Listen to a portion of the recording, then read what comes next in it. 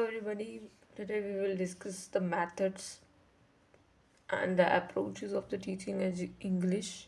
Okay, तो क्या ऐसी methods and approaches रहती हैं जब क्लास में आप लैंग्वेज पढ़ाते हैं? तो किसी भी टीचिंग प्रोफेशन में अगर आप गए हैं तो you have to be your systematic, जिसकी वजह से क्या होगा कि सिस्टमेटिक से आप कोई भी चीज़ को कन्वे अच्छे से कर पाते हैं। अगर आपके पास एक टेबल ऑफ कंटेंट है ना, अगर आपको पता ही नहीं है कि इसमें क्या है क्या नहीं है, क्या आप समझाना चाहते हैं, इस मेथड से आप उसको क्या अंडरस्टैंड करवाना चाहते हैं, आपका ऑब्जेक्ट क्या है, इस चीज़ को सीखने के बाद बच्चा क्या करेगा। तो सीधा सीधा मतलब यहाँ पे है, टीचिंग एक प्रोसेस होती है बहुत, है ना, जो कि सिस्टमेटिक होती है और सिस्टमेटिक प्रेजेंटेशन होना चाहिए उसमें। क्योंकि अगर सिस्टमेटिक नहीं होगा, is there is no without systematic presentation, जो आइडिया जो होगा ना वो आप इफ़ेक्टिवली फ्रूटफुली उसको नहीं दे पाएंगे। इसकी यही कहानी है। ठीक, नेक्स्ट, अलग अलग अप्रोचेस हो सकती हैं, एस्पेक्ट्स हो सकते हैं किसी भी चीज़ को सिखाने के लिए। अब लैंग्वेज सीख रहे हैं हम लोग, तो लैंग्वेज को सीखने के लिए अलग अलग अप्रोचेस हो सकती हैं। तो जिसमें हम पढ़ रहे हैं 3 aspects, namely what, why and how, the subject matter of और कंटेंट, कि क्या है, कंटेंट क्या है और क्यों है, ये कैसे होगा, है ना। तो ये सब्जेक्ट मैटर बताता है। टीचर के 3 एस्पेक्ट्स होने चाहिए। अभी हम पढ़ने जा रहे हैं अप्रोचेस और मेथड। देखिए, मेथड जो होते हैं एक तरीका हो सकता है क्लासरूम में किसी चीज़ को पढ़ाने का या अंडरस्टैंड करवाने का। अब किसी चीज़ की बात नहीं कर रहे हैं हम यहाँ पे, लैंग्वेज की बात कर रहे हैं, ठीक है। तो मेथड जो होगा वो किस प्रकार का हो सकता है लैंग्वेज पढ़ाने में। तो method is a procedure applied in the process of teaching. जब हम टीचिंग कर रहे होते हैं उस दौरान हम मेथड का यूज़ करते हैं। अब चाहे वो कोई भी प्रकार का मेथड हो। सबसे पहले मेथड आता है यहाँ पे, मेथड एक तरीका हो सकता है किसी भी चीज़ को इम्पार्ट करने का। सबसे पहले आता है grammar translation method. As you can see the word grammar translation. तो ट्रांसलेशन मतलब क्या, कोई भी चीज़ हम ट्रांसलेट करके पढ़ रहे हैं। जैसे कि बच्चे को पता ही नहीं होता है टारगेट लैंग्वेज के बारे में, ठीक है। मान लो कि हमारी मदर टंग क्या है, हिंदी, और हमें स्कूल में पढ़ाया जा रहा है इंग्लिश। टारगेट लैंग्वेज सीखना ही है हमें, तो हमारी टारगेट है इंग्लिश और हमारी जो मदर टंग है वो क्या है, हिंदी। तो टीचर क्या करेगा, सबसे पहले आपको हिंदी में ऐसे वर्बली बोलेगा और उसको इंग्लिश में ट्रांसलेट करके दिखाएगा वर्ड टू वर्ड। जैसे कि मान लो कि जैसे कि वाटर, वाटर लिखा है और उसका हिंदी का मीनिंग बताएगा।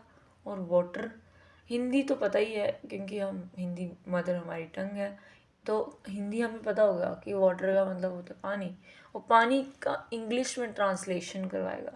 तो क्या होगा, वाटर, वोकैबलरी भी बढ़ेगी उससे उसकी, और उसका ग्रामेटिकली भी वो सही होगा। द ग्रामर ट्रांसलेशन मेथड एक ओल्डेस्ट मेथड है जो कि टीचर प्रैक्टिस करते हैं। ये अर्ली टाइम में बहुत ज़्यादा यूज़ होता था, है ना, हमारे टाइम भी बहुत होता था। Teacher use to follow the method because students were getting the idea behind the topic easily and quickly. अब देखो, अब जिस भाषा को वो लेके गए हैं स्कूल में, तो टीचर क्या कर रहा है, उन्हीं की भाषा में वो सेंटेंस बोल रहा है एंड उसको टारगेट लैंग्वेज में बता रहा है।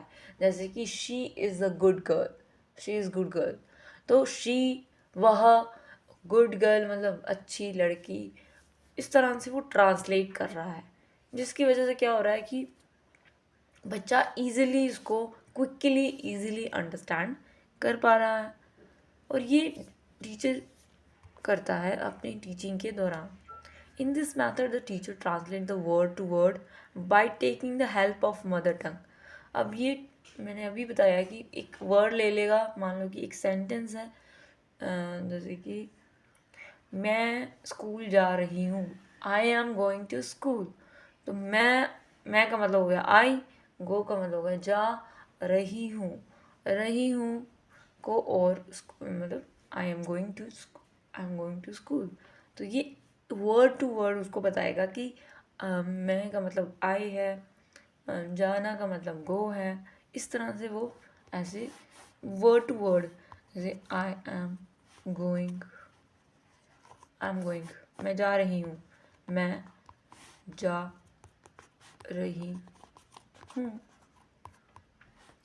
तो जाने को गोइंग बोलते हैं, मैं को आई बोलते हैं, रही हूँ को ये तो सेंटेंस ही एम से है। तो ये समझ में आता है कि किस तरह से वर्ड टू वर्ड टीचर बता रहा है मदर टंग के माध्यम से। मदर टंग क्या थी उसकी? हिंदी थी। The rule of grammar of English is to be memorized by the students as per the obviously जब मैं का मतलब बता रही है आई, तो वो आई को मेमोराइज ही तो कर रहा है ना। और ये ओल्डेस्ट मेथड है, मतलब इसको यूज़ करने वाले जो थे वो पुराने ज़माने के पहले के लोग। इस यूनिट में इस मेथड के माध्यम से हम समझते हैं कि किस तरह से जो हमारे जो students can get equivalent mother tongue words by the listening and translate done by the teacher. अब उनको वो जब सुनाएगा, जब वो सेंटेंस बोलेगी तो वो बच्चे इजीली समझ जाएंगे मदर टंग में। और ग्रामर ट्रांसलेशन मेथड में होता ही यही है कि मदर टंग को ही यूज़ करना है टू लर्न न्यू लैंग्वेज। जो टारगेट लैंग्वेज होगी उसको समझने के लिए हमें मदर टंग का यूज़ करना ही करना है। As a result there is no difficulty in the understanding the topic taught before them. अब इसका क्या फ़ायदा होता है बच्चे को ना, ज़रूरी है कि फ़ायदा होता क्या है। This method is one of the easiest method. ये बहुत ईजी है। हमें भी यही ऐसा ही सिखाया जाता था जब हम छोटे होते थे। तो क्लास में सबसे पहले टीचर हिंदी में हमें सेंटेंस देता था और फिर कहता था कि इसका मीनिंग क्या है, लिखो मीनिंग। फिर जब मीनिंग लिख लिया तो हमें समझ में आता था कि अच्छा इसका ये मीनिंग है। फिर हम क्या करते थे, उसको ट्रांसलेट करके फिर हमें उस चीज़ को मेमोराइज कराया जाता था। इसकी वजह से क्या होता है कि इंग्लिश ईज़िली समझ में आती है, या कोई भी लैंग्वेज। मान लो कि तुम्हारी मदर टंग इंग्लिश है तो टीचर इंग्लिश में बोलता है और देन फ्रेंच में उसको ट्रांसलेट करेगा। और ये बच्चों को ईज़िली समझ में आता है, क्योंकि कुछ लोगों की हिंदी मदर टंग होती है तो वो कैसे समझ पाएंगे। तो वो इंग्लिश समझने के लिए, टारगेट लैंग्वेज को लर्न करने के लिए अपनी मदर टंग का सहारा लेते हैं। और ये ईजीएस्ट है। और इससे क्या होता है कि इससे वोकेबलरी इंक्रीज़ होती है और टीचर का समय भी बचता है, वर्ड पावर बढ़ती है, वोकेबलरी वही बात है। कॉन्फिडेंस आता है बच्चों के, ये मन में होता है कि यार मुझे आएगा कि नहीं आएगा। डायरेक्ट में क्या होता है, डायरेक्टली बच्चा फेस करता है प्रॉब्लम ना। ट्रांसलेट में क्या होता है कि इजीली वो उसको समझ में आता है कि अच्छा इस वर्ड का मीनिंग ये है।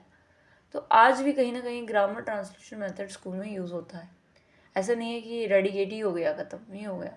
बट टारगेट ये डायरेक्ट जो मेथड होता है, sorry guys I am direct method में ऐसा नहीं है। आपको एक पिक्चर दिखाया जाएगा, उसके माध्यम से डायरेक्ट लैंग्वेज को अंडरस्टैंड करवाया जाता है। कोई मदर टंग नहीं होती इसमें, तो काफ़ी उसमें डिफ़िकल्टी होती है, बट इजीली सीख जाता है बच्चा। It develop confidence in the mind of learner, strength memory power in the mind. It does not require any teaching add. इसमें कोई भी टीचिंग एड की ज़रूरत नहीं होती। It is a less expensive, ये कम एक्सपेंसिव होता है। ऑब्वियसली इसमें इतना पैसा नहीं लगता।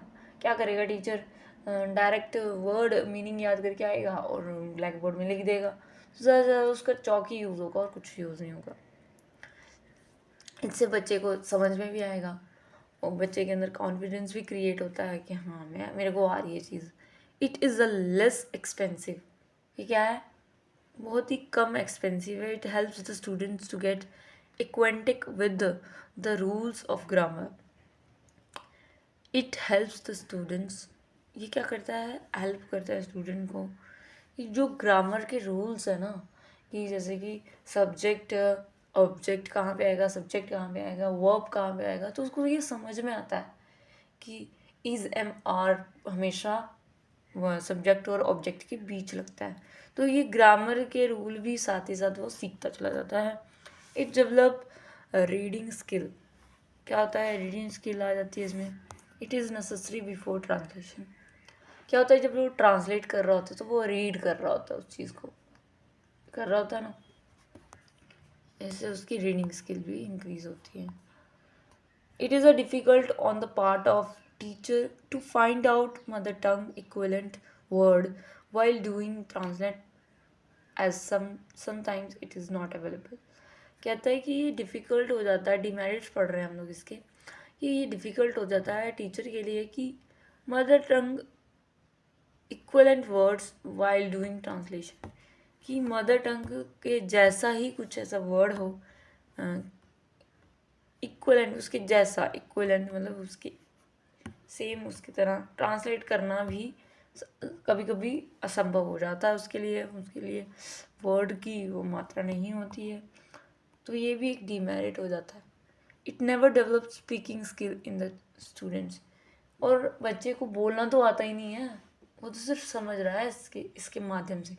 I think grammar translation method कुछ टाइम के लिए होना चाहिए एंड कुछ टाइम के लिए स्विच हो जाना चाहिए टीचर को डायरेक्ट मेथड पे भी, सो दैट कि उसकी बोलने की शक्ति भी तो हमें जागृत करनी है ना। ऐसा तो नहीं है कि हमें सिर्फ और सिर्फ उनको वर्ड्स वोकेबलरी रूल्स ही सिखाने हैं, उनको फ्लुएंट भी तो बनाना है। तो फ्लुएंट बनेगा ही नहीं, स्पीकिंग स्किल्स की आएगी ही नहीं इसमें, अगर यही वो कराता है। और ऐसा ही हमारे साथ भी हुआ। हमारा टीचर हमें क्या करता था, ग्रामर ट्रांसलेशन मेथड उसने अच्छे से करवाया, बट बारी आई डायरेक्ट मेथड की तो इस लैकेज, ये बहुत लैक हो गया। ट्रांसलेशन मेथड कुछ समय के लिए जो जो एक्चुअल लर्निंग है उसको ख़त्म कर देता है, क्योंकि ये आर्टिफिशियल किया जाता है। How it is artificial, please tell me in the comment section, कैसे ये आर्टिफिशियल है। क्योंकि यू नो बच्चा अपना इसमें दिमाग ही यूज़ नहीं कर रहा, टीचर ने जो बताया वही, अब बच्चा है तो बच्चा दिमाग कैसे यूज़ करेगा, ये तो बहुत ख़तरनाक बात है। It does not follow the natural method of developing skills. देखो बच्चा सुन के भी उसको क्या करता है, सीखता है, स्पीकिंग बोल के, रीडिंग यू नो ये सब चीज़ें उसकी नेचुरली इनबिल्ट नहीं हो पा रही, सिर्फ वो रट रहा है जो उसने ब्लैक बोर्ड पे समझाया वही कर रहा है। It neglect the habits of practising English, obviously it never create the bond between words and ideas, bond ही नहीं बन पाता, वर्ड मीनिंग याद कर रहा है, ऐसा ऐसा लगता है कि इस ट्रांसलेशन मेथड में वो वर्ड मीनिंग याद कर रहा है, वोकैबुलरी याद कर रहा है। It create the hurdles on the path of learning English by introducing always mother tongue equivalent.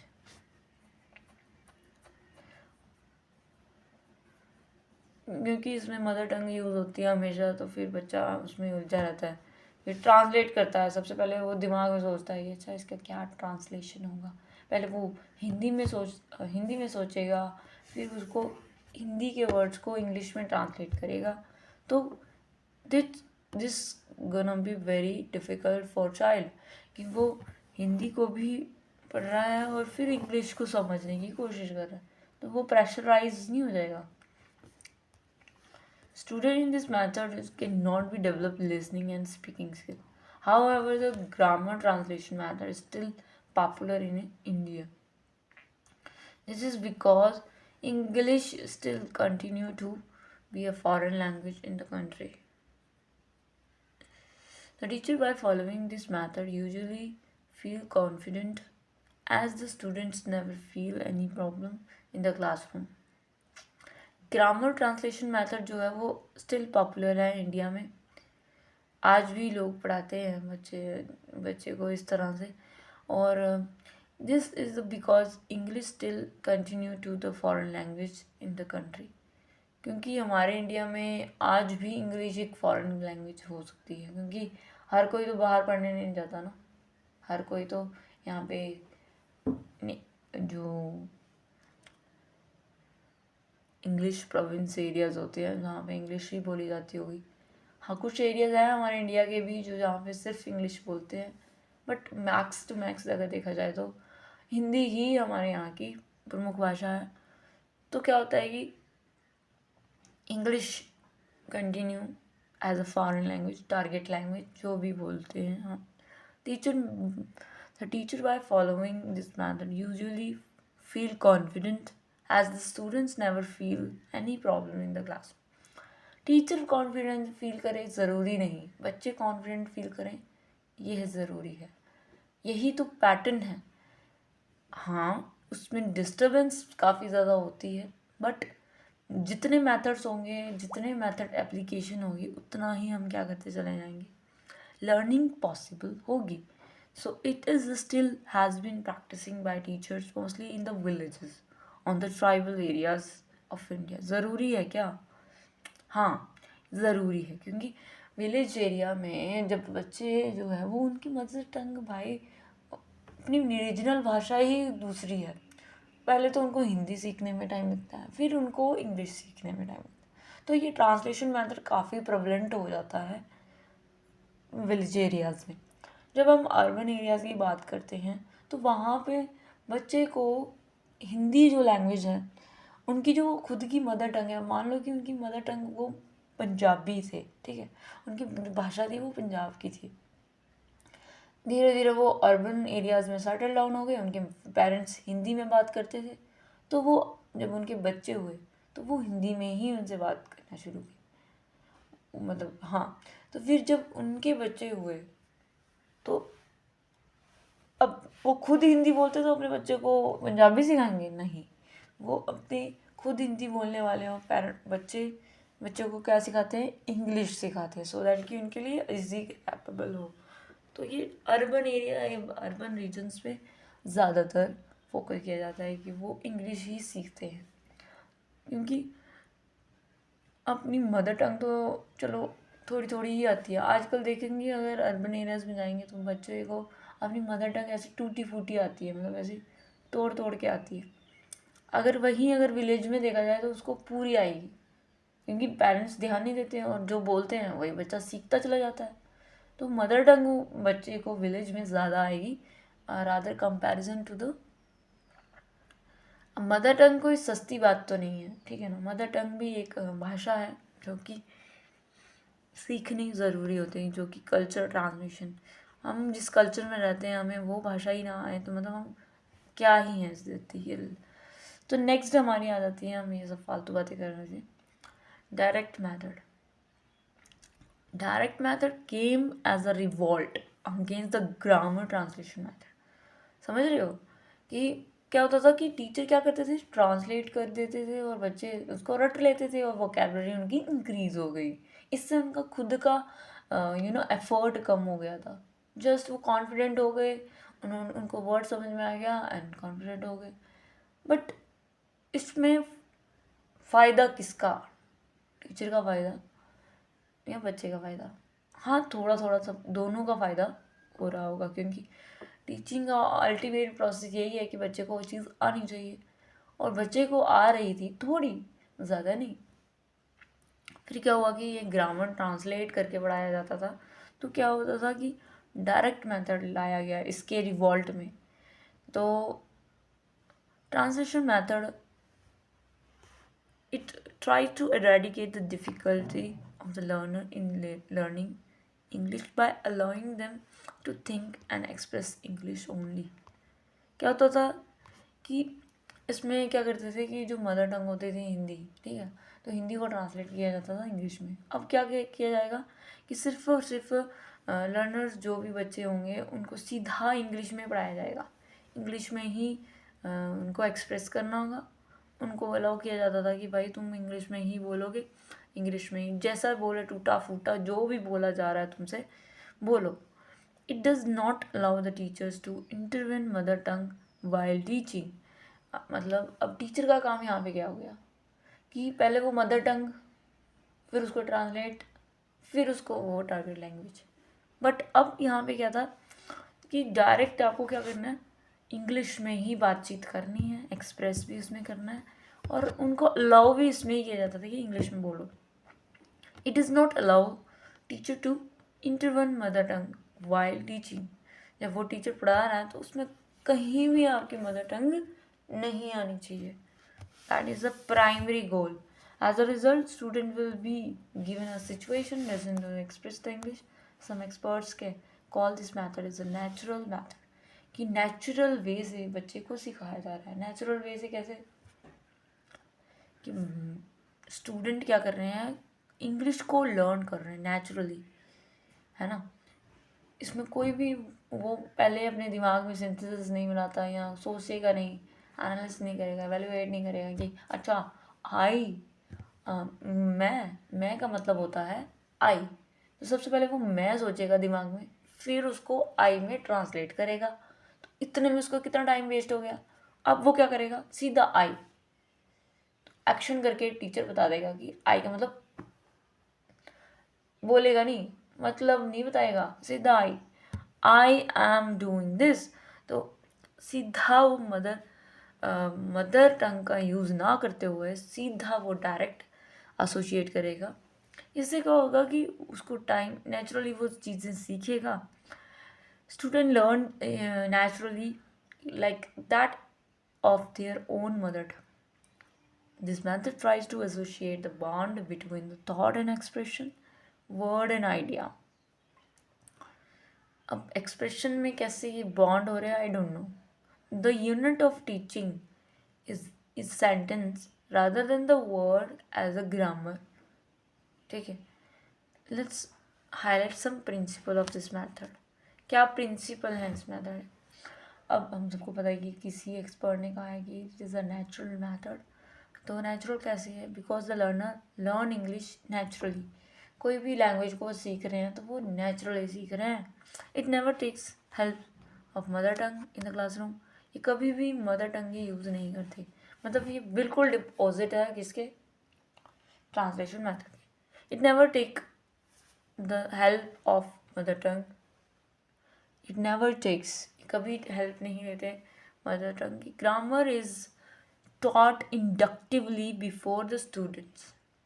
अब inductively पता होना चाहिए आपको, ठीक है.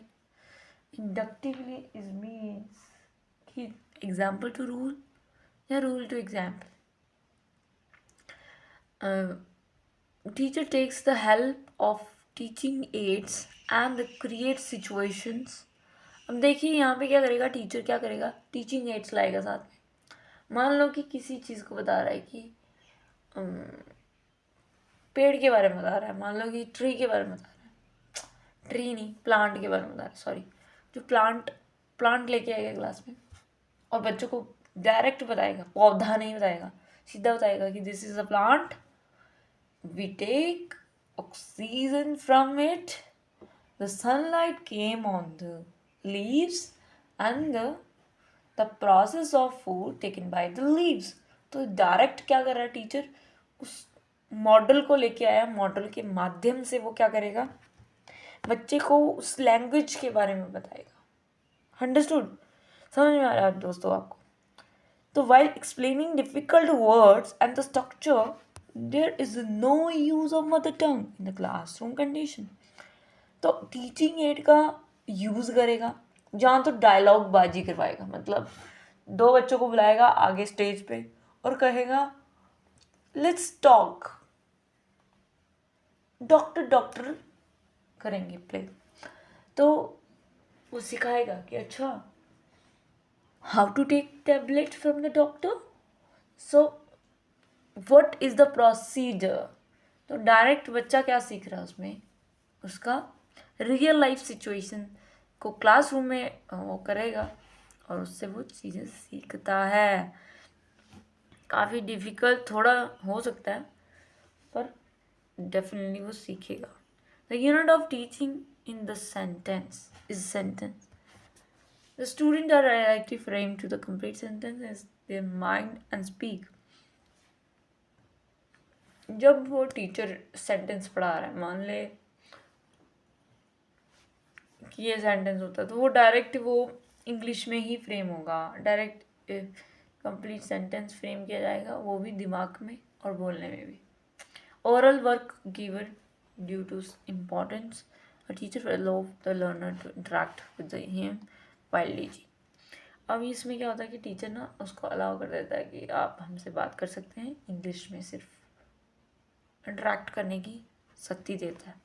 अब इससे क्या होता है कि बॉन्ड क्रिएट होता है वर्ड्स और आइडियाज़ के बीच में। कैसे होता है भाई बॉन्ड, कैसे क्रिएट हो गया? कुछ लर्नर जो होते हैं वो नहीं समझ पाते हैं, वो थिंक नहीं कर पाते हैं क्योंकि उनको पता ही नहीं है उसका मीनिंग, तो एक्सप्रेस इन इंग्लिश नहीं कर पाते हैं express. Grammar is taught functionally inductively, helps students. सीधा रूल बताया जाएगा, फिर आपको उस रूल को फॉलो करना है। तो ऐसे तो बच्चे नहीं समझ पाएगा ना कि रूल कहाँ लगेगा। Hence helps the students not to memorize the rules by heart, but to apply day-to-day conversation. The unit of teaching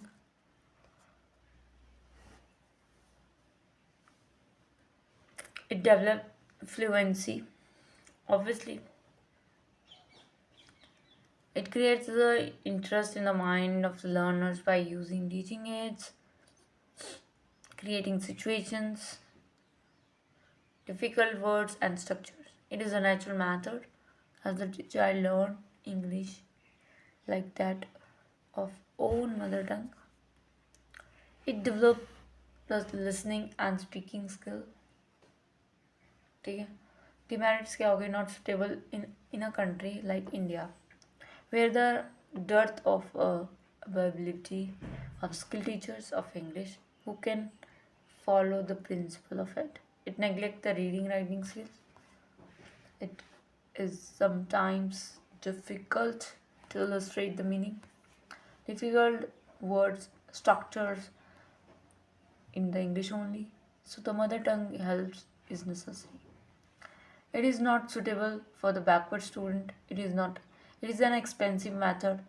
It is used many teaching aids in the school. Expensive होता है भाई। It is time consuming, समय लेता है ये भाई। अब इतना हल्ला बोल क्लास में मचाएंगे तो जो एक्सपेंसिव कम हो और एफिशिएंटली वर्क करे वही चीज़ यूज़ करेंगे, वही हो रही है। हमारे टीचर थे वो बोल रहे थे कि आपको क्लास में हमेशा यही पढ़ाया गया है कि आप ट्रांसलेट करते हो, आपको नेचुरल वे से सीखनी चाहिए इंग्लिश को, कि आप नेचुरल वे से सीखोगे तो आप कई सारे वर्ड्स इसमें सीख ले जाओगे। अगर आप इसमें थोड़ा भी ट्रांसलेट करते हो ना तो फिर आप उसमें उलझे रह जाते हो, आपका टाइम उसमें बहुत वेस्ट हो जाता है। तो डायरेक्ट होना चाहिए लर्निंग। थोड़ी डिफ़िकल्टी आती है बट बच्चे को समझ में आ जाता है, वो इजीली उस चीज़ को ग्रैब करता है। टाइम कंज्यूमिंग होता है ये मेथड जो होता है, वो सूटेबल होता है क्लासरूम में बस उसमें जो टैलेंटेड होते हैं, जिनको पता होती है। अब टैलेंटेड वो नहीं कि ठीक है, टैलेंटेड वही जिनके घर में बोली जाती होगी, जिन्होंने सुनी हुई होगी, वही बोल पाएंगे। It is not applicable in a huge classroom. It creates the monotony in the classroom, कि एक ही चीज़ें होती रहेंगी तो बच्चा बोर भी हो सकता है। ऑब्वियसली एक ही इंग्लिश किट करता रहेगा तो बच्चे के अंदर डिसइंटरेस्ट डेवलप होता है। अब ये न्यू मेथड ये नहीं हमने करना।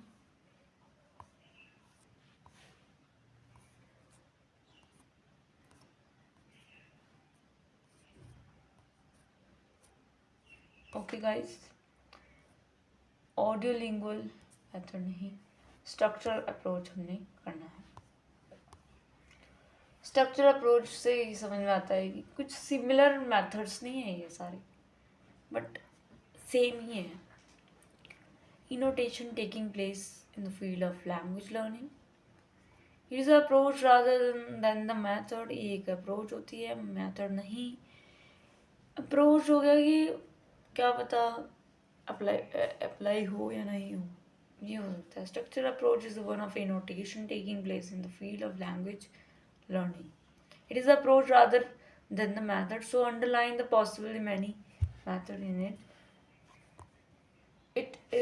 It tells what to teach, but methods tell us how to teach.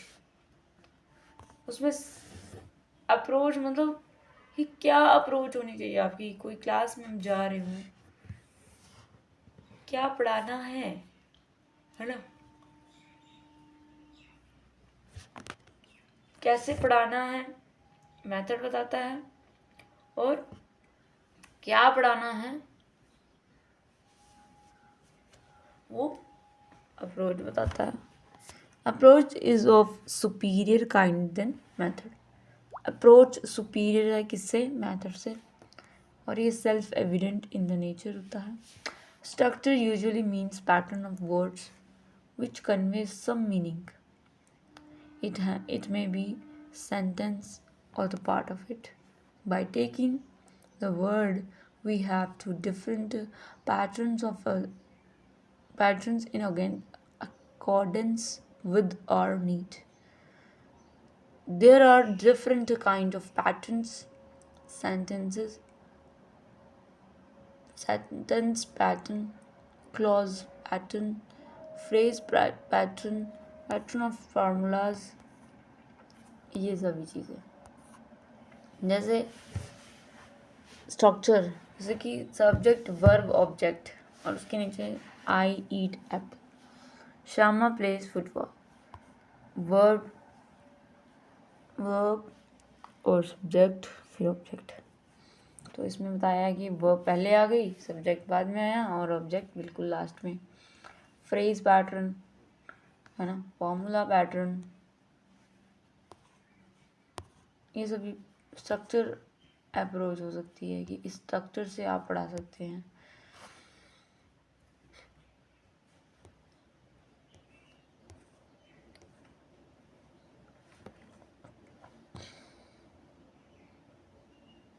Principal क्या है इसके? The structure given in the topic is extracted and then list out, then the structure are graded and subsequently arranged in the order of difficulty.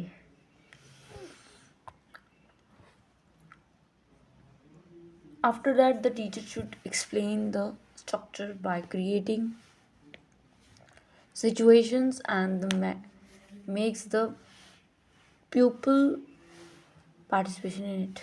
Anyways guys, selection of structure, gradation of structure, teaching of structure by helping different techniques. ठीक है,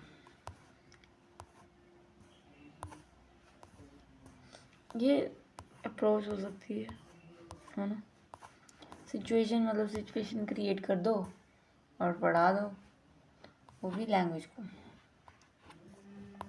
ठीक है guys, आज के लिए बस इतना ही। फिर मिलेंगे आपसे नई वीडियो में। Till then bye bye, take care and see you.